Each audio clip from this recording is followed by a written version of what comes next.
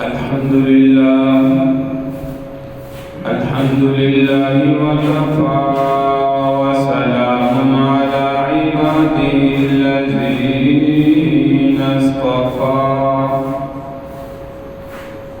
أما بعد فأعوذ بالله السميع العليم من الشيطان الرجيم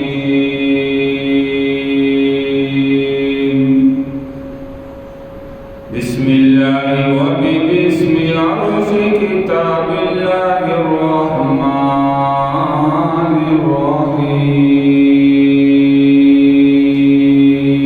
الرحيم إنه من سليمان وإنه بسم الله الرحمن الرحيم ألا تعلوا علي وأتوني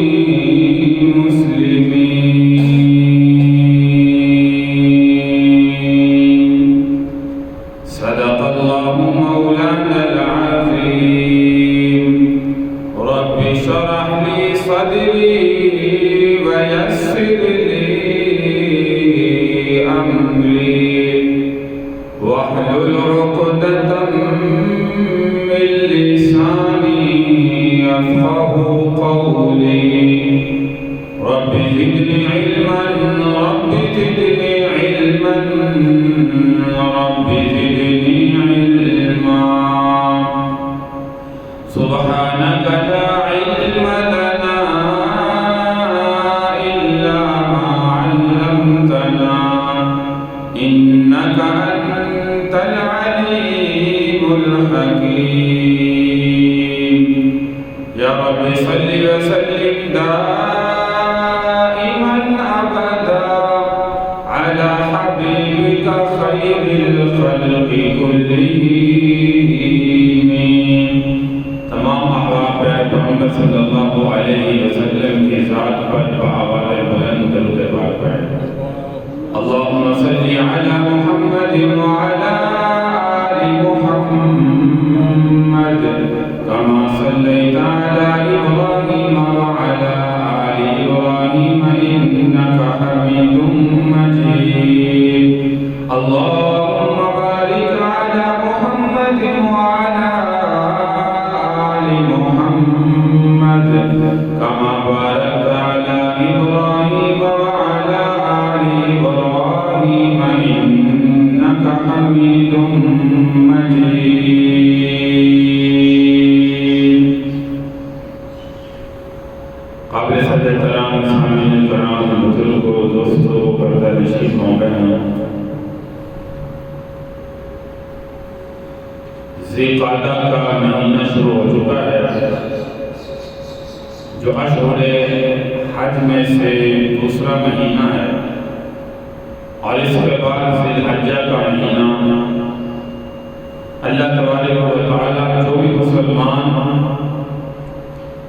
حج کے لیے تشریف لے گئے ہیں یا ابھی جائیں گے خالق کائنات ہر ایک مسلمان کی حج کی عبادت کو قبول فرمائے اور ہم سب کو ماہ ذی الحجہ میں 10 ذی الحجہ کے دن جو اللہ کے نام پر مسلمان جانوروں کو قربان کرتے ہیں ہم سب کو بھی خالصتاً خالق کائنات جو ہے قربانی کرنے کی توفیق عطا فرمائے گزشتہ آپ کے سامنے حضرت سلیمان علیہ السلام کا واقعہ ذکر کر رہا تھا کہ کس طریقے سے ہدہد پرندے نے سلیمان علیہ السلام کو ایک مشرکہ عورت کی آ کر اطلاع فرمایا کہ اے اللہ کے محبوب آپ کی اس حکومت میں ایک ایسی عورت میں نے دیکھی ہے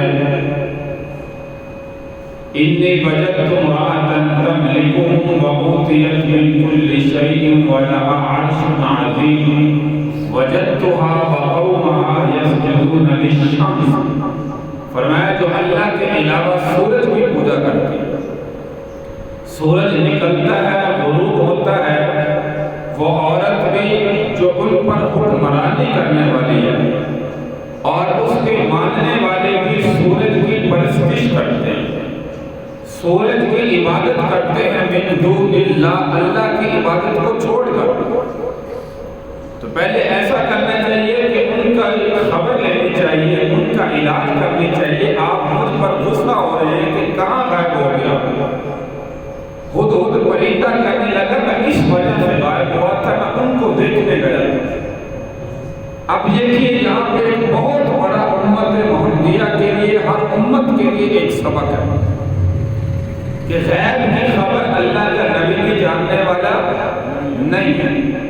اگر غیب کی خبر اللہ کا نبی سلیمان علیہ السلام، جس کو اللہ نے اتنی بڑی بادشاہت عطا فرمائی کہ ہوا پر، چرند پرند پر، جنات پر، انسانوں پر، حشرات الارض پر، ہر ایک چیز پر اللہ نے حکومت عطا فرمائی، لیکن پھر بھی غیب کی خبر رکھنے والے سلیمان علیہ السلام نے اس سے گزشتہ واقعے میں جو آپ کے سامنے ذکر کیا، حتی اذا اتوا علی واد النمل قالت نملة یا ایھا النمل ادخلوا مساکنکم لا یحطمنکم سلیمان وجنودہ وهم لا یشعرون۔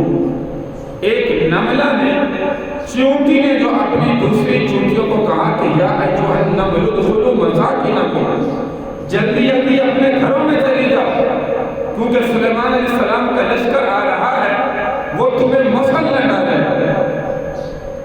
گزشتہ میں نے کہا کہ یہاں پہ سوال ہوتا ہے کہ اللہ کا نبی ایک معصوم جان کو کیسے مسل سکتا ہے؟ ایک عام انسان بھی چوٹی کو نہیں مار سکتا، تو ایک اللہ کا نبی؟ تو فرمایا اللہ کا قرآن اعلان کرتا وَهُمْ لَا يَشْعُرُونَ، تم مسری جاؤ، اسے پتہ بھی نہ چلے۔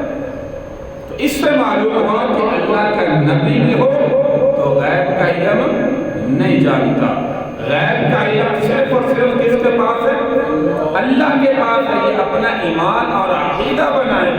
یہاں پہ دیکھیے لَأُعَذِّبَنَّهُ عَذَابًا شَدِيدًا أَوْ لَأَذْبَحَنَّهُ أَوْ لَيَأْتِيَنِّي بِسُلْطَانٍ مُبِينٍ۔ سلیمان علیہ السلام کے حضور کو جب غیب پایا تو کہا کہ جب آئے گا یا تو میں اس کو سزا دوں گا یا اسے لَأَذْبَحَنَّهُ ذبح کر دوں گا۔ ہاں اگر کوئی بڑا عذر میرے پاس لائے گا پھر ہو سکتا ہے کہ اس کو معاف کر دوں۔ تو ہدہد پرندہ جب یہ لایا، بڑی خبر لایا، کہنے لگا انی وجدت امرأة تملکهم وأوتیت من كل شیء ولها عرش عظیم وجدتها وقومها یسجدون للشمس من دون اللہ۔ اللہ کے علاوہ وہ سورج کی پرستش کرتے ہیں، یہ میں بڑی خبر آپ کے پاس لایا ہوں، آپ کی حکومت میں یہ کام ہو رہا ہے۔ سلیمان علیہ السلام نے فرمایا اچھا مجھے تو اس بات کا علم ہی نہیں، اب علم ہوتا تو سلیمان علیہ السلام کہتے کہ مجھے علم ہے تو کوئی بڑی خبر نہیں لایا، مجھے پہلے سے اس کا علم ہے کیونکہ میں عالم الغیب ہوں۔ تو اس لیے میرے بھائی عالم الغیب اللہ کی ذات کے علاوہ کوئی نہیں ہے۔ اللہ تعالیٰ کلام مجید میں خود فرماتے ہیں ان اللہ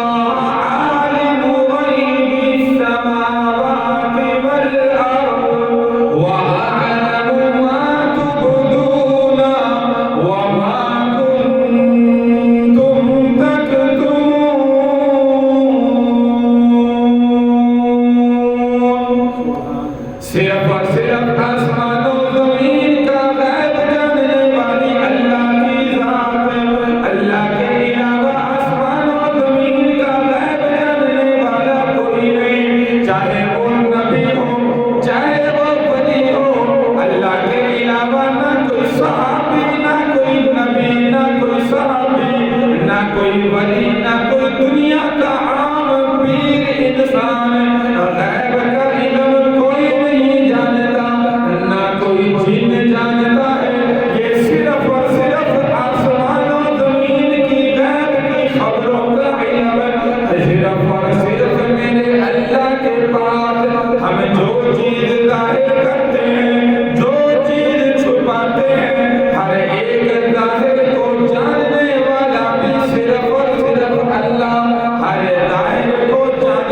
والا بھی اللہ، ہر باطن کو جاننے والا بھی اللہ۔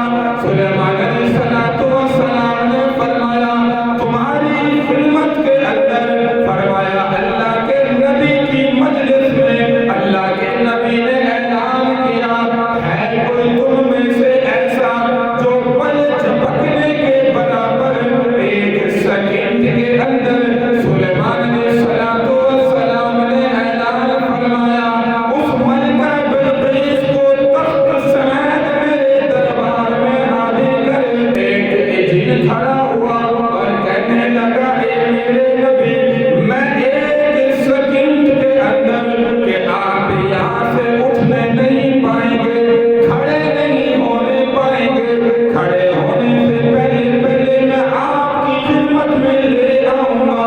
ایک اور کھڑا ہوا قبل ان یرتد الیک طرفک، اے اللہ کے محبوب پل جھپکنے سے پہلے میں آپ کی خدمت میں حاضر کر دوں گا۔ یہ اللہ نے مجھے علم عطا کیا ہے، یہ بھی نہیں کہا سلیمان علیہ السلام کو، وقت کے نبی کو، اپنے بادشاہ کو کہ یہ علم مجھے آپ نے عطا کیا ہے، کہا یہ اللہ نے مجھے علم عطا کیا ہے۔ پل جھپکنے سے پہلے سلیمان علیہ السلام کے حکم پر ملکہ بلقیس تخت کے سمیت اللہ کے نبی کے پاس حاضر ہو گئی۔ اب سلیمان علیہ السلام نے کیا کیا؟ اپنے لشکر کے جوانوں کو کہا ملکہ بلقیس کا جیسے بھی تخت یہاں پہ حاضر ہو، کہا کہ اس تخت کے اندر ایسی تبدیلیاں کر دو کہ وہ اپنے ہی تخت کو پہچان نہ سکے۔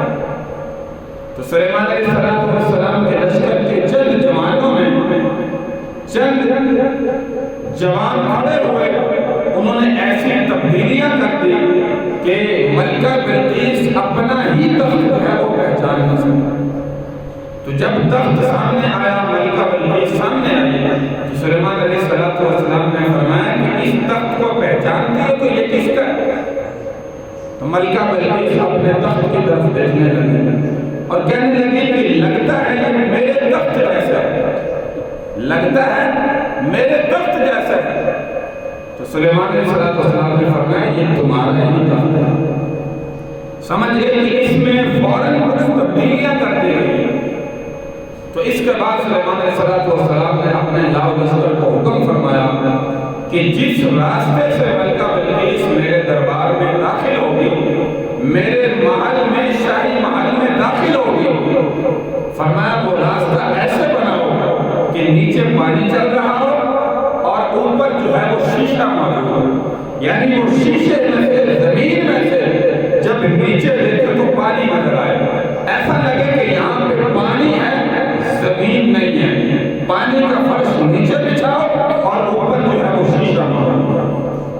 تو اب لاؤ لشکر نے جو ہے وہ سلیمان علیہ السلام کے حکم پر یہ سارے کام، سارے انتظامات کر دیے۔ اور جب ملکہ بلقیس اس محل میں داخل ہوئی تو اس راستے پر چلنے لگی تو دیکھا کہ شاید یہاں پہ پانی ہے۔ تو اللہ کا قرآن کہتا ہے وَكَشَفَتْ عَنْ سَاقَيْهَا، اپنی پگڑیوں سے کپڑا جو ہے وہ اوپر ہٹا لیا، کہ جیسے ہم پانی کے اندر چلتے ہیں نا تو اپنا کپڑا پگڑیوں سے اوپر کرتے ہیں، اس لیے تاکہ ہمارے کپڑے جو ہے وہ پانی کے اندر بھیگ نہ جائیں، گیلے نہ ہو جائیں۔ تو ملکہ بلقیس بھی اپنے کپڑے پگڑی سے ہٹا کر اس راستے پر چلنا جو ہے وہ شروع ہو۔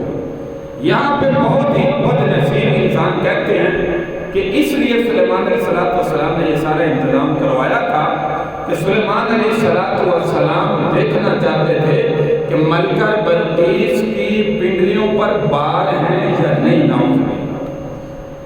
ایک وقت کے نبی پر اتنا بڑا بہتان کہ سلیمان علیہ السلام اس کی پنڈلیاں دیکھنا چاہتے تھے، اس میں بال ہیں یا بال نہیں ہیں۔ جس کی حکومت میں جن موجود ہوں، چرند پرند موجود ہوں، حشرات الارض موجود ہوں، اس کے لیے کیا مشکل ہے کہ وہ ان کو کہہ دے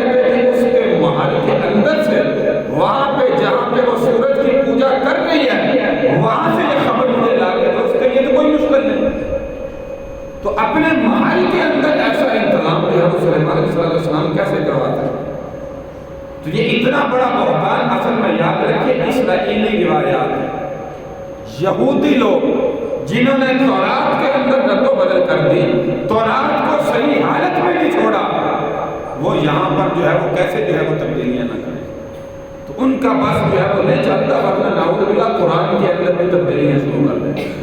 جیسے تورات انجیل آج ہمیں اصل شکل میں نہیں ملتی، تورات میں بھی تبدیلیاں، موسیٰ علیہ السلام دنیا سے گئے، یہودیوں نے اپنی مرضی کا حکم تورات میں شامل کر دیا۔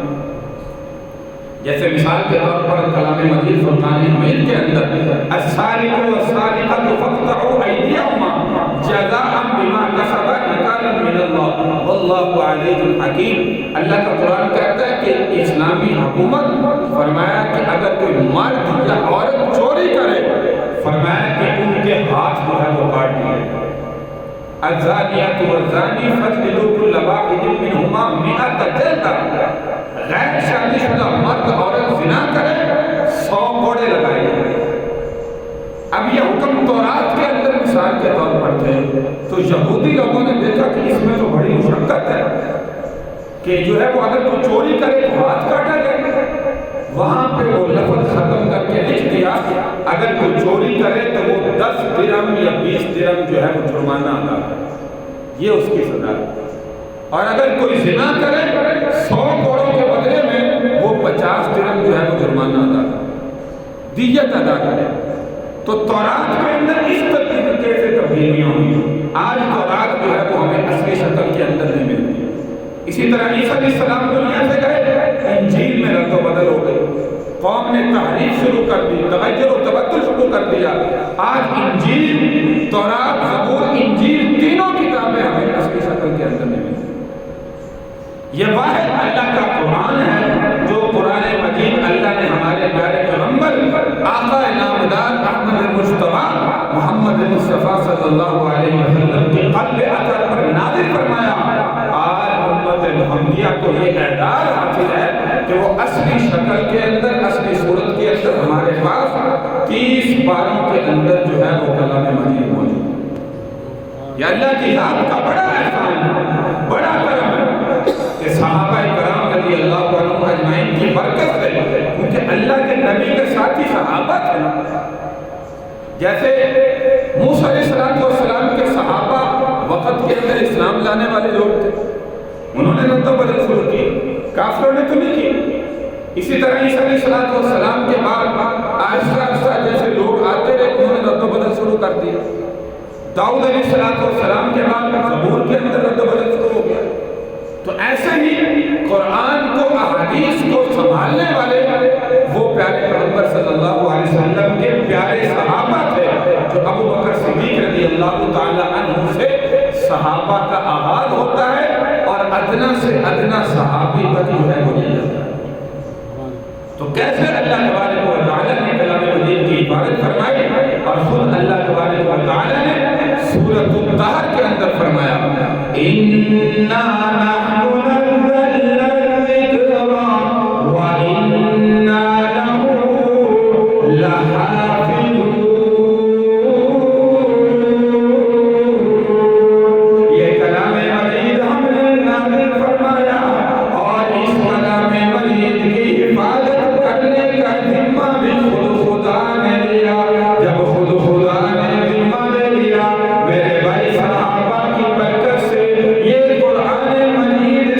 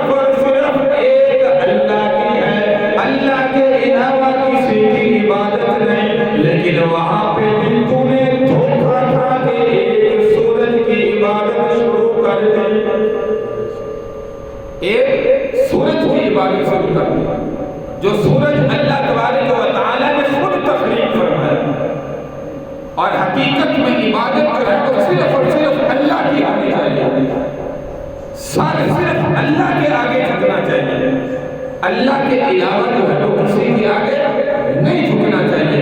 یہ سارا نظام سلیمان علیہ السلام نے اس لیے کروایا کہ جیسے وہاں عبادت میں تو دھوکے کے اندر مبتلا ہے، اسی طرح یہاں پہ بھی دھوکے میں مبتلا ہو۔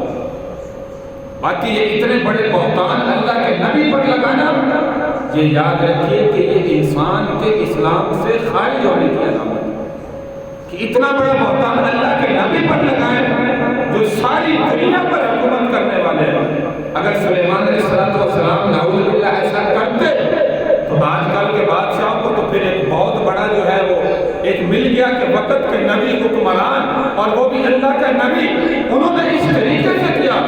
آج کل تو حکمران تو زیادہ پھر جو ہے وہ نعوذ باللہ جو ہے وہ عورتوں پر نظر ڈالتے،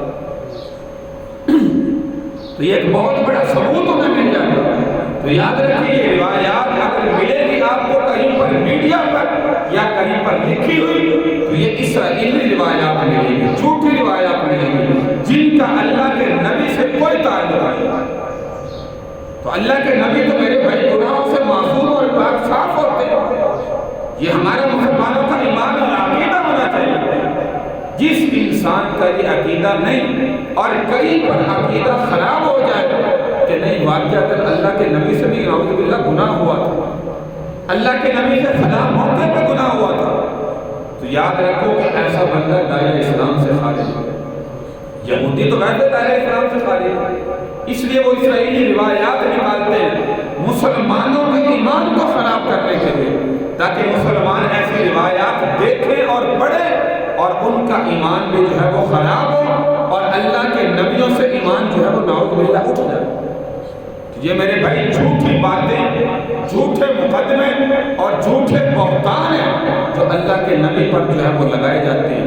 اصل میں حقیقت میں یہ معاملہ تھا، سلیمان علیہ السلام ملکہ بلقیس کو بتلانا چاہتے تھے کہ جیسے تم یہاں پہ دھوکہ کھا گئی، اس کو پانی سمجھ بیٹھی، حالانکہ یہ شیشے کا فرش تھا، نیچے پانی بہ رہا تھا، اپنی پنڈلیاں جو ہے وہ اوپر کر لی تاکہ میرے کپڑے جو ہے وہ تر نہ ہو جائیں، گیلے نہ ہو جائیں۔ تو اسے ہی فرمایا کہ تم نے وہاں پہ دھوکہ کھایا، اللہ کو چھوڑ کر تم نے سورج کی عبادت جو ہے وہ کی۔ اب جب یہ دیکھا تو خود جو ہے وہ کہنے لگے قالت رب انی ظلمت نفسی واسلمت مع سلیمان للہ رب العالمین۔ اللہ کا قرآن اعلان کر رہا ہے، کہنے لگی میں نے اپنی جان پر بڑا ظلم کیا، میں نے اپنے نفس پر بڑا ظلم کیا، میں سلیمان علیہ السلام کے ہاتھ پر بیعت کرتی ہوں اور میں کلمہ پڑھتی ہوں، میں ایمان لاتی ہوں۔ آج کے بعد فرمایا کہ سورج کی نہیں، آج کے بعد اللہ کی عبادت ہوگی، صرف اور صرف میرا سر جھکے گا تو اللہ کے سامنے جھکے گا۔ ملکہ بلقیس ایمان لے کے آ گئی۔ اب ملکہ بلقیس کی فرمایا کہ جتنے بھی لوگ آپ کی حکومت میں تھے وہ سارے کے سارے شرک کو چھوڑ کر اکیلے اللہ کی عبادت میں لگ گئے۔ ایاک نعبد و ایاک نستعین۔